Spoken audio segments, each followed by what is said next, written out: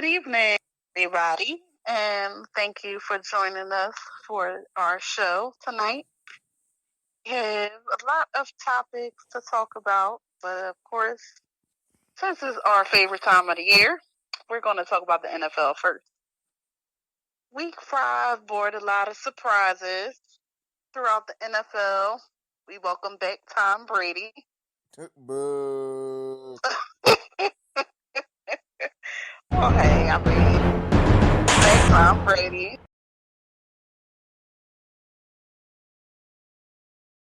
A no-brainer type of game that they would actually win. So, and they won by a lot last week. Yeah, that was a beatdown. That was 33-13, and Brady went bananas. 406 yards passing, 3 touchdowns, no picks. QBR a 96.6 out of 100. That was pretty much a beatdown on Exactly. Bill Belichick's old team, the Cleveland Browns. So, I'm kind of starting to feel bad for the Browns nowadays, man. It just ain't right what they go through. I know, because even through fantasy, it's like a guaranteed win that you're playing the Browns, so it's no big deal. So, yeah, I might agree with that a little bit. They just train wreck all over them right now. So, were there any surprises for you this week during week 5? I know the biggest surprise was probably the Eagles. I don't think anybody kind of thought they were going to lose until they watched the game. I actually, So, I actually, I actually had to disagree. I actually foresaw them actually kind of losing this game only because this is one of those trap games where like whenever people start adding up victories and saying, oh, they can win this game and they'll have this record, then they always slip up. It seems to happen every single time. They'll have one of these games where they had the opportunity to win, but then something happens and then they wind up losing. It seems like I always see it. It seems like when you look at games and you start adding up victories prematurely, like that's when you start getting in trouble. It seems like before we weren't counting every game as a win. Oh, that's a win. That's a win. And they were winning. They kept winning games. And then when we start counting victories, oh, they're gonna beat Detroit and they're gonna beat Washington, and then when they see Minnesota, they'll be undefeated just like Minnesota. But you still have to play the game, and these are the kind of games they lose. They have a tendency to play down to an opponent and lose games they probably should win. Knowing this, I say they probably win on Sunday and mess around and win against Minnesota because it's a game they probably should lose to a better opponent.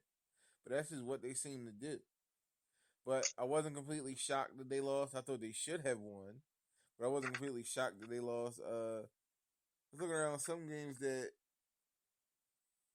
there weren't really many that shocked me. The Broncos game, I mean, they look like they were world beaters, and then all of a sudden they've lost 2 in a row. I mean, they lost to the Falcons and the Chargers, who you never know with the Chargers what kind of team you're going to get. I mean, I thought the Chargers were terrible, and then the Broncos up and lose to them, as well as losing to Atlanta, who you don't know what Atlanta team you're going to get. This is the same thing that happened last year. Atlanta started off on a run and was 5-6-0, and then lost every game after that.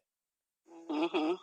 So you really didn't know what you're going to get with Atlanta, but though that was shocking to see the Broncos kind of fall flat the last 2 weeks. And I have to say, I'm surprised. I'm surprised on the positive note by the the Cowboys. I'm sad to say it. They keep winning, although they're not playing quality opponents. And the LA Rams. I mean, once again, they've beaten another divisional opponent, a team that was supposed to be good in the Cardinals. And their defense is showing that their defense has always been legit. But I mean, this is a team on week 1 they looked absolutely terrible. I believe me and you spoke about it. I mean, they looked garbage. They were terrible against the 49ers. Yeah, I mean, they they're like were. absolute trash. and now they're world beaters all of a sudden. So that's definitely shocking to me. Yeah, and I even think that on the segment we did on the who would make it and who wouldn't, or who was still alive, or something, whatever the segment was called. We even spoke on them like not making it. So Yeah. it's amazing. I guess that they had such a quick turnaround because that was only like a week or two ago. So Yeah, I guess they must listen to the show and we gave us some bulletin board material. they're like, we're gonna prove them We're wrong. gonna prove Prove that them Robo wrong. Rider podcast wrong. Mm-hmm. Those bastards. We're sorry, Rams. We're sorry. It looked like you might be. It looked like you might be legit with that defense. Yeah, y'all might have turned it around. Who knew? Week 6. Any particular matchup you're looking forward to in week 6? I mean, week 6 there is some pretty good Uh, games on the slate. Anything um, that jumps out at you? as always, it's definitely interesting to see the Eagles and the Redskins because I know we always, when it comes to our division, quote unquote, rivals against Redskins and Dallas and the Giants, it always seems like it could go either way. But I'm thinking, so definitely looking forward to seeing that game and to see how it goes. It's a lot of games on as usual at the same time, so I don't know if I'm going to be able to flip through everything and catch Yeah. everything, like I, or even want to do that since the I Eagles are gotta playing so early. I But gotta say a game that's piquing my interest is the Cowboys returning to the scene of the crime and going up to Green Bay, where a lot of fans in Texas believe they were robbed of a playoff victory a few seasons ago. So it'll yeah, be interesting to see Dak going against Aaron Rodgers, the bad man, and seeing how that thing works out. Both teams only have one loss on the season, so Packers coming off a bye. It'll also be good to see whether or not Mike McCarthy has them on the right track. So that's the game I'm looking forward to this week, just to see what's going on, especially from a divisional standpoint for the Eagles. Uh, they're gonna need some of these division opponents of ours to lose some games, and this could be one where we can pick up a victory while also at the same time our looks like chief competition can maybe drop a game. So that'll be an important game to look at. yeah. So other than that, that's about it. I mean, I don't really need to see anybody else. You're absolutely right. So from the gridiron to the parquet, we have some basketball news for you. The judge did consider a request for a mistrial in the Derrick Rose civil case, in which he was accused of gang raping a woman. As the recording of this show, he actually denied that request, so there will not be a mistrial and everything's going to take place. Um, there's been a lot of heavy hitting as far as also for you know requests to hear you know testimony and audio recordings from witnesses stating that the girl is a liar and she's always been lying and very damaging to the witness's credibility, but that hasn't been allowed. So it's going to be interesting to see how this whole thing plays out. I mean, it can be not a good look for Derrick Rose. I mean, it is a civil case; it's not criminal, and I'm not sure after this whether they would then pursue criminal charges. But it is a civil case. If there's any light at the end of the tunnel, but it's definitely not a good look to coin the phrase as we usually say around here on the Robo Rider podcast for what Derrick Rose is going through.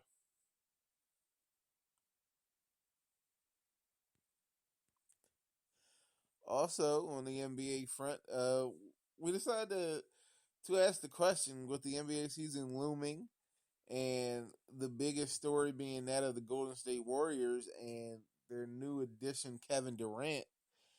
And just wondering how much talent is too much talent. I mean, they had these super teams now. Have they come to a point where sometimes they don't mesh together? Uh, is it hard? Do you expect immediate results? Nick, I'm anxious to see what you think about these so-called super teams. I think it's always interesting to have these super teams because I guess it's a guaranteed win, but it's like, I guess you would say a fair win. But I mean, I know in our previous podcast we had a lot to say about the whole trade ordeal and everything that's going on. So I think a lot of times, I guess they just get tired of being on a losing team, so they want to switch it up and go to a winning team. But sometimes, I guess, in the grounds of being fair overall, it doesn't make it fair for others. But I mean, there's always some kind of breakout star, breakout rookie that's going to come. Maybe a team will get them next year, and y'all could build that super team, dream team. But so I don't know. I mean, I my guess thing you could. is, if history has taught us anything, what all kinds of super teams, whether it be in the NBA, the NFL, what have you, that it takes a little time. Even when these teams come together, they don't immediately find success. I mean, they have some level of success, but it's not the penultimate. I can remember when the Heat came together, the Heatles, as they like to call themselves, they lost that first trip to the NBA Finals. They Yeah. lost. Next season they won, and they wound up winning back-to-back championships. But they originally lost. A lot of times, and same thing with the Cleveland Cavaliers. Once LeBron came back, and they had once again another big three, a super team. You had Kevin Love and Kyrie Irving. Those two went down, unfortunately. But once again, the thing was they lost. Like that team, even though put together was a really good team, they eventually lost. And then the next season went on to win the championship. So it'll be interesting to see like if that jinx carries over to once again another team that on paper looks like it should steamroll and run through everybody, but that might not necessarily be the case. So we'll see whether or not that does come to fruition. But I can say this: um, I don't like what it's done to the league as far as the competitive balance. I mean, it all sometimes looking at the games make me sick because you got one side of the spectrum where a lot of the marquee players are either being traded or signed in free agent deals with other teams and teaming up with guys and making super teams. And then you have the other team trying to do it the old fashioned way through the draft and things like that.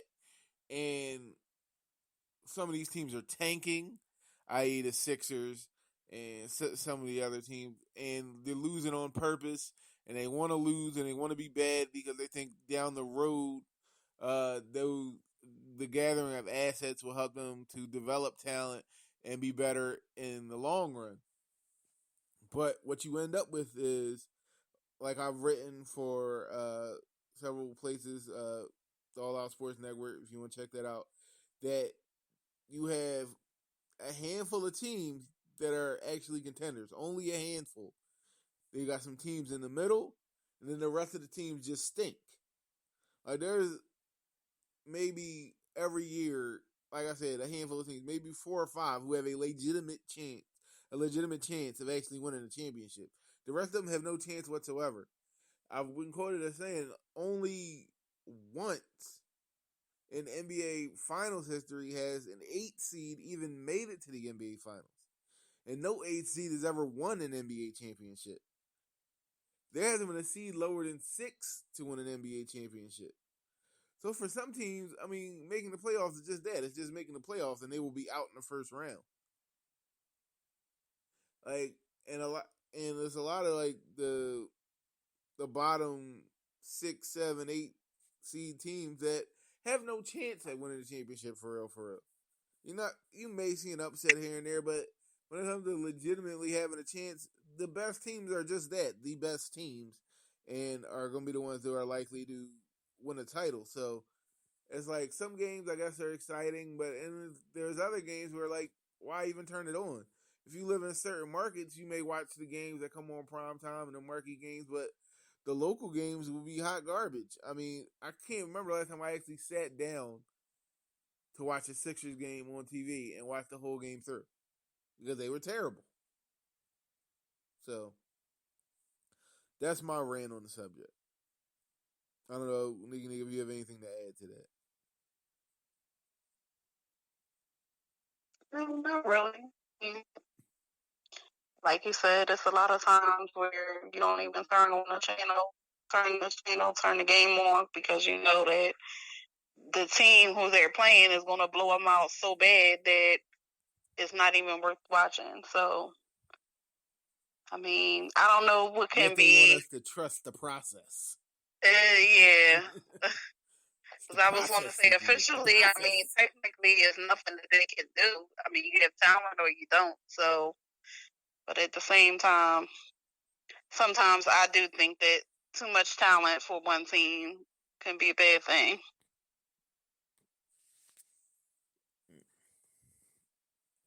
Well, we will see. We will see this upcoming season what happens or whether or not those Golden State Warriors and any other teams that were put together to be dominant can come to fruition and win a championship. But we have realized during out here the Real Writer podcast that we've neglected some sports, and you can't neglect this next sport, especially this time of year. It's October, which means it's time for playoff baseball, and the World Series is looming. Right now, we're in the League Championship Series. We got the Dodgers and the Cubs on one side, and the Indians and the Blue Jays on the other. The game ones have been very good, especially that Indians game. Very good pitching duel. And the one thing, Nick, that has me kind of interested in this postseason is just the stories and the fact that really you can see yourself rooting for any four of these teams. And I'm not even an LA guy. I really can't stand LA, but I don't even have that big of a beef with the Dodgers. But especially the Cubs, especially the Indians, and especially the Blue Jays, for some reason I can see myself rooting for. The Cubs and Indians have been long-suffering franchises who hasn't won a championship in eons. The Blue Jays are a team that had success 20 years ago and haven't really been able to repeat it. Plus, they have the star power. You kind of like those players on that team. The Encarnaciones and Jose Batistas of the world. I mean, you want to see him do something crazy and then have one of those epic bat flips that he's famous for. So this postseason is definitely one where you can get behind any one of these teams and root and want to see them do well. You wouldn't be disappointed. I know a lot of years where there'll be teams where you're just tired of them. Like maybe say the Giants, who seems like every even year they want to win a championship. Not this year, but it's like sometimes it's teams where you actually root against them. Like, all right, I don't want to see them win, but the last four we got standing now, there's not really one of them that you'd be like, I don't want to see them win. So I think that's a good thing. Yeah, agreed. I mean, it's always nice when you see a team that comes together and the struggles and everything that they go through the regular season. And I mean, I know we complain in Philadelphia about championships and everything, but it's good that they're finally getting their chance to go through. And even though it's been so long, that they actually have a possibility of winning. Whether I think the Cubs or the Indians maybe, but we'll see what happens. Yeah, that we will. We're going to get into some hot topics, but before we do that, we are going to listen to a message from our sponsors. And me and Nick will be right back on the flip side. It's your boy, Robbo the Writer, reminding you for all your residential and commercial cleaning needs, the choice is easy. Shank's Cleaning Service offers a wide variety of cleaning solutions for your home or business. From landscaping and moving to painting and carpet cleaning, Shank's Cleaning Service uses environmentally friendly, all-natural chemicals. So don't delay your opportunity to have your home or business cleaned properly. It's just a phone call away. call 267-970-5034. That's 267-970-5034 now for your free estimate. Or visit Shanks Cleaning Service on Facebook and Instagram. Remember, that's Shanks Cleaning Service. Be legendary. So, that's right. Remember, the hot topics are brought to you by Shanks Cleaning Service. Remember, Shanks Cleaning Service. Be legendary. Number one on our hot topics is something that happened over the last week or so, and Kim Kardashian being robbed. I mean, this is a touchy subject and one that's been getting a lot of news and a lot of airtime, and has led us to wonder: are we putting too much on social media these days? What do you think, Nikki? I mean, you don't even have to be a celebrity to be subject to being robbed when you're not home. So I think to be a celebrity is even more susceptible now, especially since social media puts locations and stuff like that. So you figure even if it's technically not the actual celebrity doing it, you as your assistant or whoever has your page, you're still opening the door for things. And I think a lot of times some things is just too much, it's too private. I know some places I go, I might put it on social media, but I don't never, I guess, I try to limit what I say or where I go, and I'm broadcasting it for a while. And a lot of times I turn my location off, so for a lot of things. So I think you just have to be mindful of whatever you put online, because you've heard of people getting robbed, even getting killed, even in our city of Philadelphia, because they put something on social media. So I think tone it down. I mean, it's nice to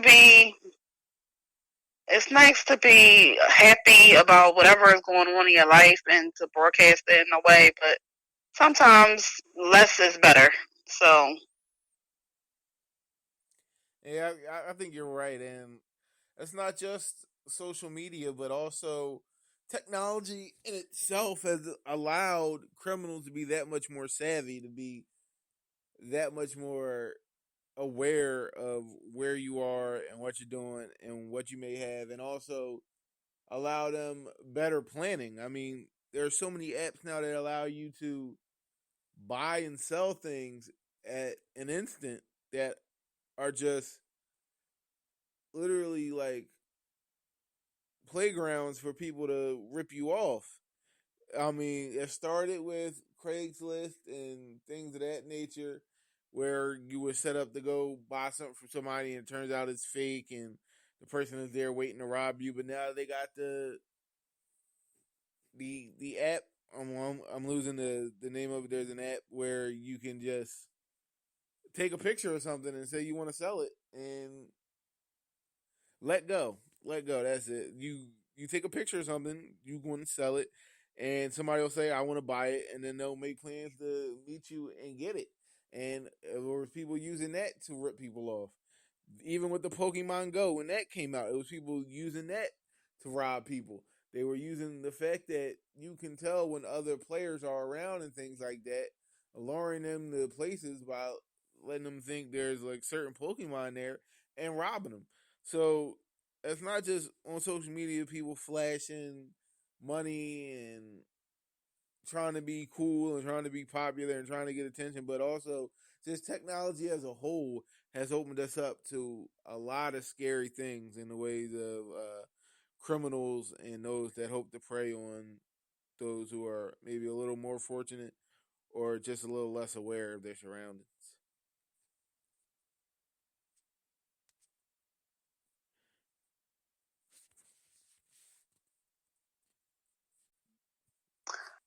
and other hot topics.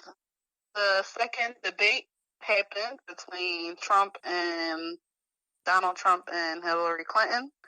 And the third debate will be coming up sometime, I want to say this week, I think. Not sure. But do they make any sense to anybody? I mean, I guess a lot of people are undecided. And I know some undecided people have declared that Trump is utterly, given the second debate that we watched, is just utterly out of his mind. I mean, I'm kind of, even the whole, his own party and everybody is trying to discredit him and to just get get as far away from him as possible. I mean, so I don't know who anybody is going to vote for. I know that I just think we had to all pray before we go in there. Before you press that button, I think you should go out and Never vote. lied. I think you should go out and vote, even though you may not like the two candidates that's being presented to us. I think you still should go out and vote for somebody at least. Yeah, I think it absolutely. Like, I mean, there's some people that don't, they don't get behind the whole voting thing, and they don't know why they should do it, or what's the reason for it. But you got to go out and make your at least your voice heard. And my argument toward those that they didn't want to vote was that, I mean, there was people that died for your right to vote, people that gave their lives for you to have every right that you now have, and it's a tremendous disservice to any of them when we don't use or express the rights that we have, when we take them for granted. It's a complete slap in the face and disrespect. Now, are those rights always seen by others? No. But the fact that we need to know that we have them, what rights we have, and that we exercise those rights, and make sure that people are aware that we all have these rights. So that's why, to me, it's important that you always go out and you vote and you make your presence known. Agreed. And even with the second debate that we just had, it's just, of course, the scandal, but not so scandal of Trump and his comments, and it's just, I guess, not to say that Hillary Clinton is immune from scandals and everything. We all know about the emails. I mean, if you don't, I don't know where you've been, but they bring it up every single time they talk about her almost. And I mean, of course, she had another embarrassing, one of the other biggest scandals in her life with her husband cheating on her and everything. Then we have Trump, and he just had the scandal of the woman, of how he can just pretty much grope or kiss any woman that he deems necessary to do, or whoever is pretty enough to be groped and kissed on his account. So it's just a whole mess. For those who haven't heard it, I'm gonna cue it up here.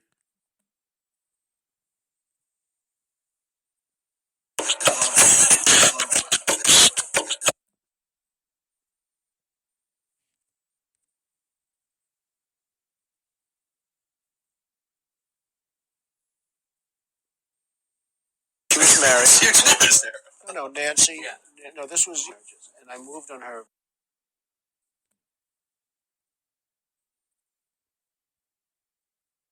Very heavily. In fact, I took her out furniture shopping. She wanted to get some furniture. I said, I'll show you where there's some nice furniture. I took her out furniture. I moved on her like a bitch. But I couldn't get there. And she was married. And all of a sudden, I see her. She's now got the big phony tits and everything. She's totally changed her look. She's your girl's hot as shit. In the purple. Whoa. Yes. Whoa. Yes, Nadal has scored. Whoa. Oh, my man. Wait, you gotta look at me when you get out of your life. Set this up. That is very. You give me the thumbs up. You are. You gotta put the thumbs up. You gotta get the thumbs up. Can't be too happy. Else offers? Yeah, let me. It's very fun. You gotta get the thumbs up. You and I will walk there. Oh my god. Maybe it's a different one. Better not be the post. No, it's her. Yeah, that's her with the gold. gotta use some Tic Tacs just in case I start kissing her. You know, I'm automatically attracted to beautiful. I just start kissing them. It's like a magnet. I don't even wait. And when you're a star, they let you do it. You can do anything. Whatever you want. Grab them by the pussy. Do anything. Those legs, all I can see. That, ladies and gentlemen, is your Republican candidate for president. Grab him by the pussy. That's what you can do. Apparently, for him, that's okay. That disgusts me. And the other jackass you hear talking with him is Billy Bush, who isn't even, I don't know, to say even bigger ignoramus and idiot. But, I mean, my thoughts on this whole thing is the debate somewhat comical and a joke in and of itself. But it shouldn't even be close as far as you're comparing these two people as to who you should be hitching your wagon to. If you just heard what I just played and there's any thought in your head as to where you're going with this, there's a problem. In no country that I ever lived in or want to live in is that okay. I have 3 daughters. I wish someone like Donald Trump would think it's okay to just grab one of my daughters by the pussy, quote unquote. That would be the last time you heard from Robo the writer, because I would be in jail somewhere. But it's absolutely disturbing, it's disgusting, and it's appalling. And that's all I have to say about it. Agree. Well, speaking of Billy Bush, I'm happy to report that he had been suspended from the Today Show. So you're not gonna see Billy Bush for a while, and I don't think any of us are upset about that. But from the hot topics, we go to the Good Look, Bad Look Countdown. The Good Look, Bad Look Countdown is brought to us by J Sweet Treats. And we'll be right back with that. Hey, it's your boy, Robbo the Writer, reminding you that October is Breast Cancer Awareness Month.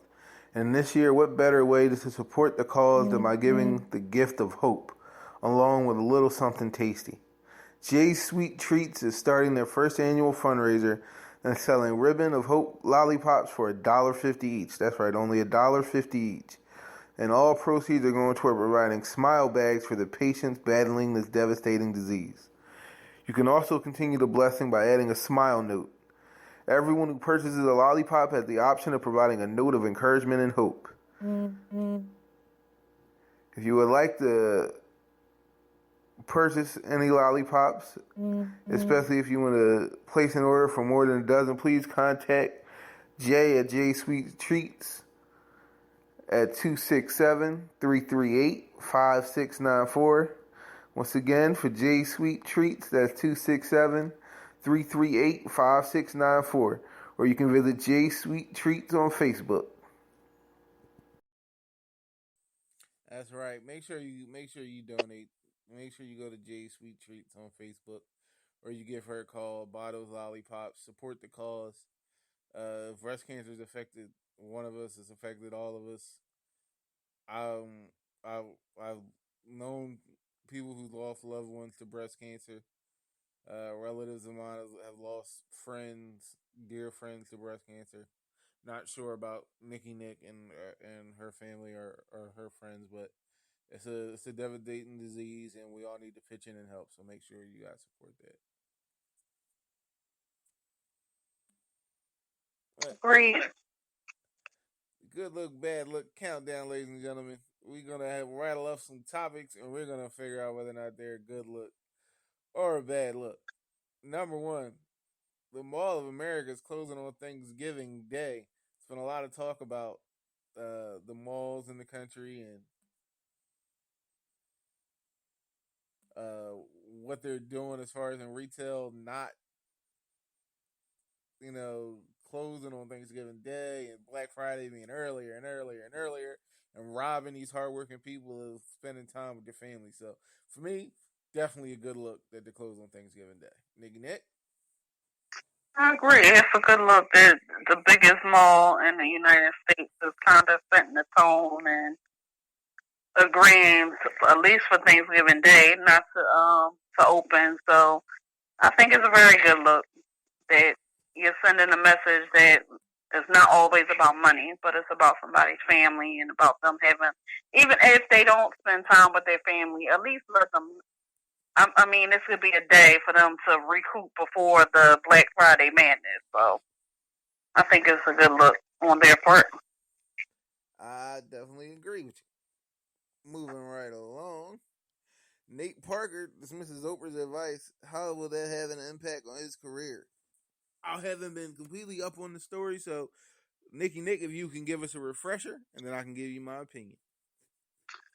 The basis of what happened was Nate Parker was involved in a scandal a little while ago, I guess when his career was just starting. He's in the movie, if y'all aren't familiar with the Birth of a Nation movie that just came out. So, according to everybody, Oprah was promoting the movie very heavily. She found out about the scandal and asked him to kind of talk about it, but he dismissed her advice. So, with him dismissing her advice, no more Oprah, no more promoting the film on her part, no more nothing. And everybody in Hollywood is kind of saying when you just Oprah, that means your money goes away, basically. Yeah.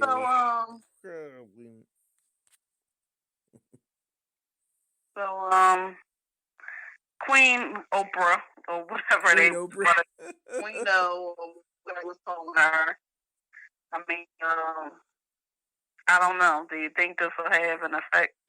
I think it'll definitely have an effect. I believe Oprah owns a certain demographic, and definitely it'll have an adverse effect on at least that demographic. Even open up to hear what you're saying with such a movie like that. You want people who won't necessarily be the type that will go see it, that are not, the minority community, the African American community. You might want Caucasians and and white people to go out and see it, but if you're getting flagged for somebody like Oprah, who has a mass following with the middle class, only African American women, with a lot of the white women that follow her show, that are in her audience, that are in her book club, that support her and all the things that she do, you're going to turn off those people who may be sympathetic to the cause of what we're trying to put out there and let people know has been happening and continues to happen. So it's definitely be detrimental. While I understand his not wanting to get into it, it's definitely a bad look. It's not a good look. I'll say this. It's maybe not a bad look, but it's definitely not a good look, if that makes any sense, Nick. Well, I guess he wanted his reasoning because he was charged and acquitted of sexually assaulting a classmate while he was at Penn State. Him and a friend of his, who actually they saying is in the movie.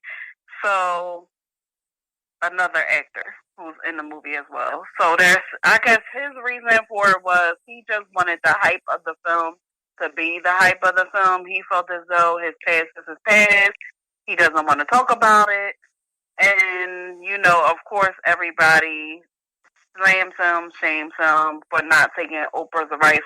Because I believe with her having the own network and stuff like that, she wanted to sit down one-on-one with him so he can clear, the air and all of that. So I mean, it definitely makes you look like you got something to hide if you don't want to come out and talk to Oprah. She's a fair-handed interviewer for as much as I can tell and can remember.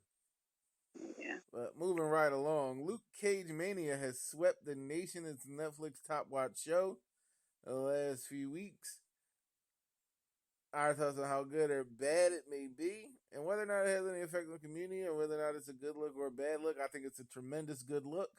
I loved it. I loved the first season. You know, I binged on it here and there and was able to finish it up the other day. I thought it was great. I think it does have a profound effect on the community because Luke Cage is the hero that we so desperately would want in our community that we might not necessarily have, but we would definitely want. I can see uh, some of the stuff going on in the show. I don't want to give away any spoilers, but the way he kind of has the neighborhood, you know, has his back and is behind him is something we're eager to have and we don't quite have right now. And also just the subtle nuances of taking things from real life and interjecting them into the show. I'm not sure if you know, but the hoodie, although he kind of wore hoodies in the comic book, but it was specifically made that he would have a different hoodie, and there would be emphasis put on the hoodie because of Trayvon Martin.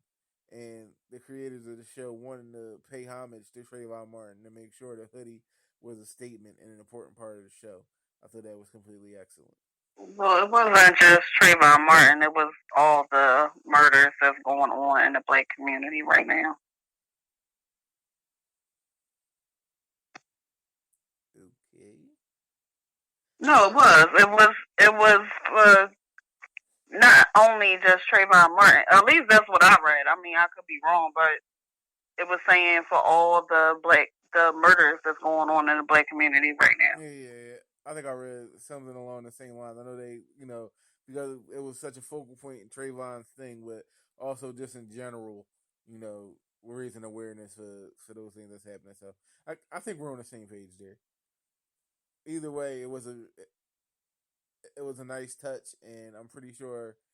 I know from speaking to you and from what you've been saying, I can only guess that you think it's a good look as well. Yeah, I'm enjoying it. I haven't finished everything just yet. I'm on like episode 10 of 13, but I interrupted her. I'm sorry. I'm sorry, Nick. I interrupted her to do the show tonight, so she's probably a little sour at me. So far, out of everything that I've seen and watched, I enjoy it, and I think it's a good show. And all the people are saying like he's too black and it's too much violence. I mean, I think it's a good show. It speaks volumes. That is Netflix's top watch show overall, I want to say. So I could care less what everybody else is saying. I think it's a good show. I watched it for myself, and I think it's good. Okay. So, real quick before we get out of here, very last, Joel Embiid has debuted in the preseason for the Sixers. Will he live up to the hype? Is Joel Embiid looking like a good look or a bad look for this franchise? I'm not sure. I want to say that he will be a good look for us. So I'll just have to see more. Hopefully I can make it to a game or two. But okay. We'll see. I think he's a good look. I think he's definitely skilled, a skilled big man, and like you said, I need to see more as well. Hopefully he'll do some good things this season. It's been the Robo Writer podcast. I'm your boy Robo the Writer. She's Nikki Nick. This was Nikki Nick's show this week, y'all. She produced this show. I want to give her a big round of applause. I think she did great.